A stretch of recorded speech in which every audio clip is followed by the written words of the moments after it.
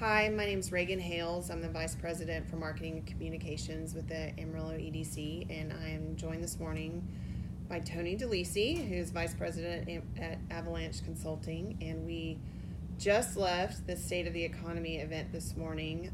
I think it went really well. What did you think, Tony? I thought it was great. It was fun to see such a packed house, so many folks from across the community, different businesses, types of businesses, industries represented.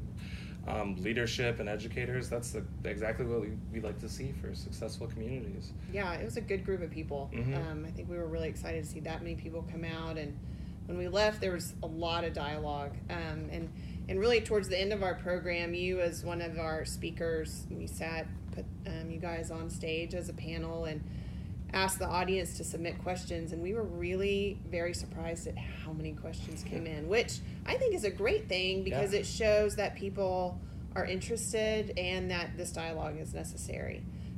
But we wanted to be responsive to the folks interested and that did submit those questions. So we pulled out some of them that we felt were relevant to the topics you talked about, and just wanted to give you a chance to respond to those and get that information out.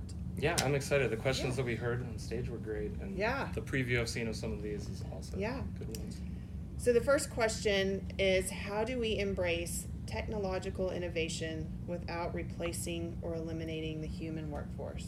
And I saw that one first up, and it's a really tough one to tackle because I think inevitably technology is replacing certain jobs, and there's no way to get around that. We saw that with the agricultural revolution. It used to be that 90% of human beings worked in agriculture, and now it's 1%. But that shift during the Industrial Revolution was very tough on a lot of communities and a lot of people as they saw their skills go out of demand. The way that I see it working right now that's interesting, though, is we're in such a tight labor market right now. Folks are dying to find workers and skilled workers. And one way to alleviate that is going to be technology and automation and things along those lines. So when we're seeing it in that front, to some degree, that's not necessarily eliminating workers. That's just catching up with the need to grow business and fill some certain roles. So that's one side that I think could be a positive. But down the road, that is also going to replace certain skill sets. We saw that number I put up about disrupted jobs, things that are going to be less in demand. And the way we got to think about it is really, what are those new skills and new jobs that the technology creates? Because somebody's designing that technology, somebody's building it, somebody's maintaining it, and that's a huge one. We hear from manufacturers across the country that looking for those skilled technicians just to keep these things running is one of the toughest things that they can find, and that demand's only going to grow. There's a lot that I've seen around the professional services side of things as well too, that not just jobs to service the new tech, but all the growth that's happening around research and creative thinking. There's all these areas that futurists say that machines just can't do and won't be able to do anytime soon. So how do we get folks ready for some of those more creative thinking type industries? Give me one, because when you say creative thinking or professional services, that could mean a whole bunch of different things. So give me a couple examples that people watching can go, okay, now I see what he's saying with this. So it doesn't sound, it's not as fundamental as in the industry, say manufacturing, but marketing is a big one of them. It's easy. So, okay, here's a good example, and it is in marketing. They talk about machines are very good at processing data and understanding things and replacing rote tasks often better than humans in terms of looking at big swaths of data. So they might be able to figure out or where we need to be sending marketing and where marketing firms should advertise.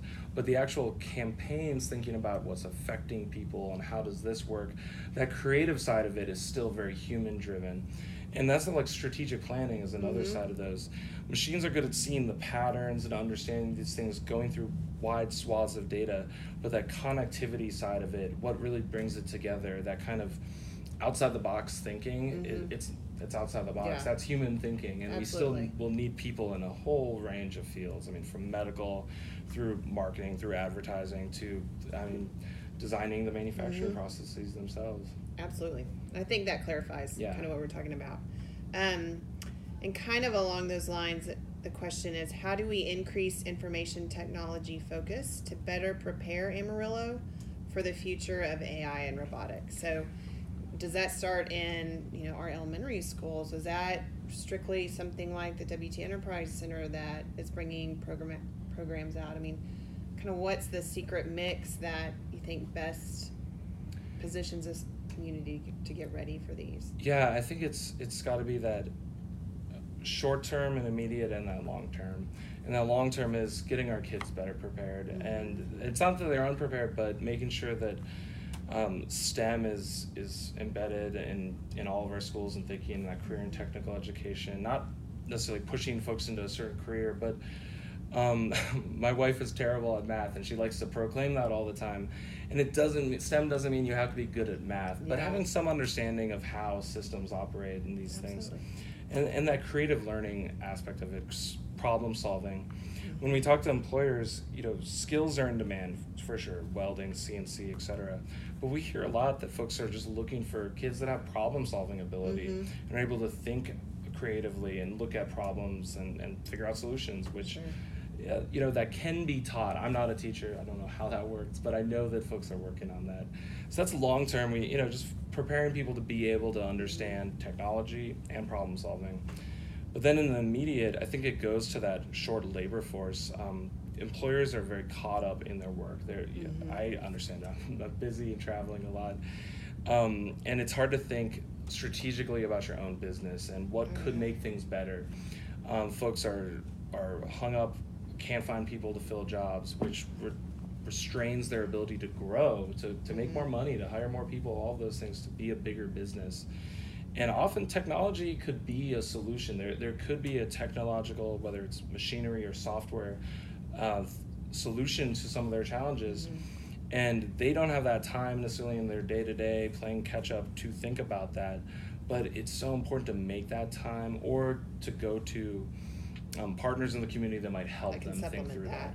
And so seeing where the Enterprise Center, maybe an entrepreneur has a creative idea about how to help them, or somebody knows like, oh, there actually is this software or this machine or whatever it is that could help them improve their business and make it so they're playing less catch up.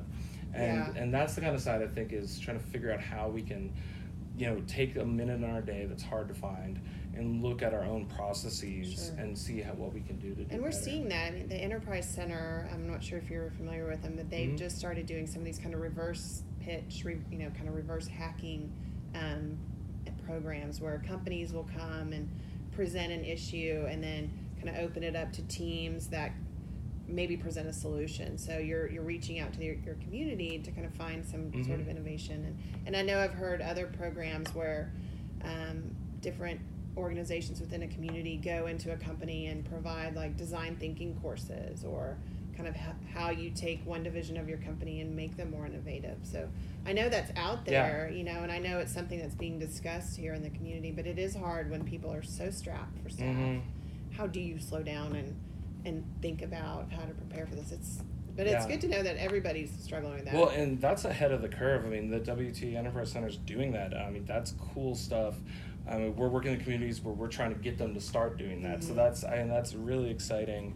And that is a set of connecting it to kids. And I mean, not that all entrepreneur people are children, but getting kids involved in this process and thinking, it raises awareness of the industries that we have. You meet people in those jobs and see what they look like. This is how, find mentors. We build these processes and these pipelines and open people's minds to the possibilities that are out there. Absolutely. Okay, this is kind of a broader question. What industries are growing? What should people entering the workforce in the next 5 years be studying and learning? And this is a conversation I have at my dinner table with my 13-year-old.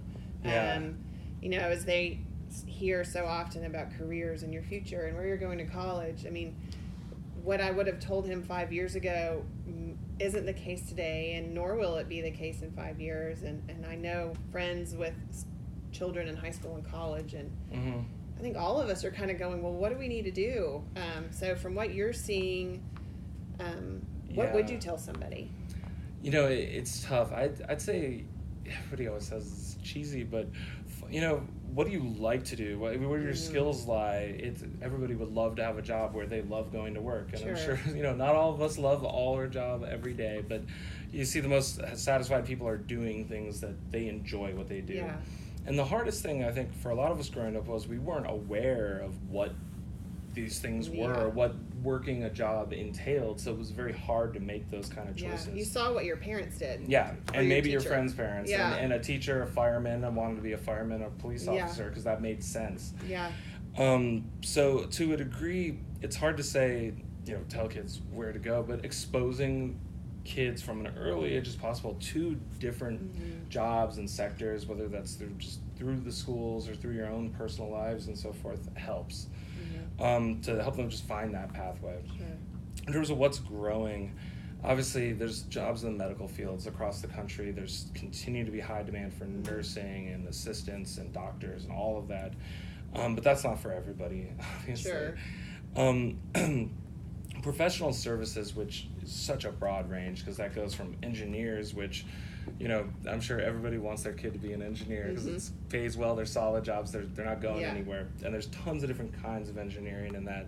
But that goes all the way through accountants and lawyers and bankers and business people. And I mean, software developers can get hired anywhere, anytime, and make great money anywhere in this country or this world. If you've got those software skills, that is not going away, and it's only increasing. I haven't looked at Amarillo recently, but I was looking in Austin just for whatever reason a while back. What are the top occupations that are going to be created over the next 5 years? And frankly, it's scary, and this is in a lot of communities, because some of them aren't as high paying or as high skill set. There's still a lot of our jobs that are in retail, but those folks in retail should be thinking about education, other pathways. But there's jobs in logistics and distribution. We see a lot of admin and business support work just all across the board, but those jobs might be some of those ones that are long-term, maybe under more threat for disruption. As they get automated. Software continuing to be up there, and creative fields like marketing, graphic design, and things like that, you continue to see good support. Manufacturing, contrary to many stories, has been doing very well over the last 10 years. We went, since the 80s, there was a lot of drop in manufacturing jobs, but in Texas in particular, and nationally, we've seen some good, strong, flat, at least, solid manufacturing. And as a lot of baby boomers begin retiring, there are openings that are coming up, and the trades, they're tied together, but electricians, plumbers, welders, CNC operators. I mean, the new manufacturing is not the old manufacturing. It's high skill. There's a lot of good salaries. Don't have to go to school for very long. A lot of employers will pay for your training. I mean, there's a lot of really good opportunities. We see a lot of that as we talk to companies. Here's kind of an interesting question, and it's something that we hear a lot. Do entertainment options and community arts and culture still factor into attracting and retaining employers or talent? I mean, so often we talk about what's really driving people, because you see, and it's another question down here that, younger people are flocking to metros because they're chasing quality of life. So for communities, that are kind of a mid-sized to smaller market like Amarillo, how critical is that quality of life culture to us attracting talent? Because if the jobs are there, you think, well, they would move. So is that a factor? Yeah, it is a factor, but when we talk about quality of life, it's not one thing. There's no one size fits all that is the quality of life or the ideal for a community. I think, I make the joke, but it's that Amarillo isn't going to be New York City, and New York City isn't going to be Amarillo. And there are millions of people living in New York City who want to be here, but there's also hundreds of thousands of people living in Amarillo because they want to be here, and this is the culture and the community that they like. And so what we are seeing is that actually there's millennials like urban living is the understanding or the thinking. We're seeing young people leaving the major metros. New York City, Los Angeles, San Francisco, they're losing millennials. Is it cost of living? Affordability is one of the major factors, and the quality of that life. When folks want to have kids and raise a family, suddenly they look around and they say, this is too much. I can't afford it. It's too hectic. Where's my family support? I might have left my town because I wanted this, but I actually want someplace where I can have a reasonable life. And that goes towards the mid-sized cities more, and we're seeing a lot of growth in mid-sized cities, and a lot of businesses seeing that and looking for that. That being said, many mid-sized cities haven't done the best job of keeping up their housing stock. Sure. And once folks are there, they still want a certain type of housing that isn't necessarily the suburbs that were built in the 70s, 80s, and 90s. And there's a desire for that little bit denser, and it's not Manhattan, but that closer proximity. There's multiple mixed use options around. And transportation is a part of that, and a lot of people don't want to be driving every day. Yeah. So they want to be close to their work, close to those other things, and have it a little more tied together, not as discrete. Jobs are over here and homes are over here. That dichotomy is not as attractive, and businesses are aware of this. They're looking for it. I mean, absolutely. Yeah, and we've seen some investment locally into that, more and more downtown residential living. But I think where Amarillo is still trying to catch up is to create, we need a market downtown where people, if you're going to live here, where are you going to go buy your groceries or a pharmacy? And so to kind of put all of that into that space where people are working and living, I think for us at least, we've got to get next to that point where downtown living or kind of urban living is a little bit more possible. So. And it's tough because it's chicken or the egg conversation. Are the employers going to go where the people are, or the jobs going to go where the employers are, and is the grocery store going to go where people are already densely living, or can we attract people there because there's a grocery store? And so having some intentionality about it, though, just thinking these things through as a community and as a business. If somebody's thinking about a grocery store, maybe all those people aren't there now, but we see these trends, and you could think it could be a good investment. I could drive a lot of this growth and be the anchor for a community. Yeah, absolutely. This one I think is interesting. You talked about in your speech how kind of Amarillo's, we're separate from and kind of far away from major metros, so we do a lot of our growth on our own. But Amarillo is really a hub for all the other rural communities that are outside of us. We have a really large trade area where we have people coming and going from pretty far away. So the question here is, what's the future of the rural communities surrounding Amarillo, and how does that affect Amarillo's economic future? Because I know there's been some discussion that we're seeing some of Amarillo's growth is because we're pulling from those smaller communities. Where Amarilloans are going to metros, we're kind of pulling from that. So what does that relationship look like? If I'm a mayor in Borger or Pampa, what are they thinking about, or a business out there? I mean, what would you tell them if you're at the table? It's really hard, and this is, I think, going to be a challenge for our generation, and for many years is in rural communities. And we're seeing exactly that trend. I mean, the data, I pulled some of that when we were doing the strategy, is a lot of the growth of people into Amarillo are coming from smaller communities in the Panhandle and the broader area. And whereas where people leave Amarillo, they're going to Denver, Dallas, Austin, and you're growing, but you're getting less of that movement from the bigger cities. And we're seeing that in a lot of communities where regional centers that are surrounded by rural areas are growing because the rural areas are emptying out. Sure. And then young people in those mid-sized regional centers are often going to the bigger cities. And so there's some balancing between the bigger cities and the regional mid-sized cities, but the rural areas, they're not getting as much. They're often losing population or flat growth or getting older as their young people leave. And that's really hard. I think there are industries that still are there and make sense for a lot of reason. Some of this gets to that technology discussion. I was presenting at an agricultural conference last fall, and as that struggle is really tough in agriculture in particular to get younger workers in, to find people in general to work, whether it's in cattle or it's in corn. And technology is one solution to that, and it might not sound great. Everybody wants to see growth and all the young people, but the reality that we might face is that there are going to be smaller populations there. We're going to need to use technology to help this, but that could also help bring in some folks because we can do cool, neat things. How are we using drones and sensor monitors to make sure that all of our watering of cattle and crops is done properly and efficiently? Absolutely. There's a lot of neat stuff that could happen there.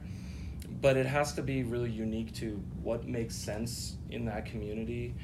And, staying up to date is hard. Resources are scarce, but often there's no housing, so young people might want to stay, but they'll say, people are living in all the houses. There's literally nowhere for me to live in this community, and it's hard to expect them to find a future there. Absolutely. Yeah. Let me see. We kind of answered the other one, so we'll kind of leave this as our last one. It goes to your point about technology. It says, are you able to address the impact of technology infrastructure as well as the Internet of Things in communities' economic growth? So, we talk about infrastructure development, business parks, roads, schools, but, to attract another level of company, there is some investment that has to be done into technology infrastructure. And I think, that's includes fiber, but it's also infrastructure investment within your schools, and putting the hardware into those schools so that the kids could learn. What do you tell communities, or what's some of the dialogue if they're looking to maybe be more technologically savvy or recruit some of those technology companies? What do you tell them to start investing in? Or that's a great question. And the first step when we're talking infrastructure is still keeping up our basic infrastructure. It's been really hard across this country. I know we're short on dollars in communities to just maintain a level of quality with all of our basic infrastructure, but we need to be there, because in the rest of the world they're building this stuff brand new, and we're sitting with potholes in our roads when there's brand new highways being built in Korea and in China and other places. And companies see that, and that's you have to put some money into yourself. It's true, yeah. But to think ahead even more, you're right. Fiber, it's one of those things that joke, but fiber is going to be the paved roads and running water soon. If you don't have it, you're a backwards community. And I don't mean that in a derogatory way, but it really like nobody will consider you as a place to do business. Sure.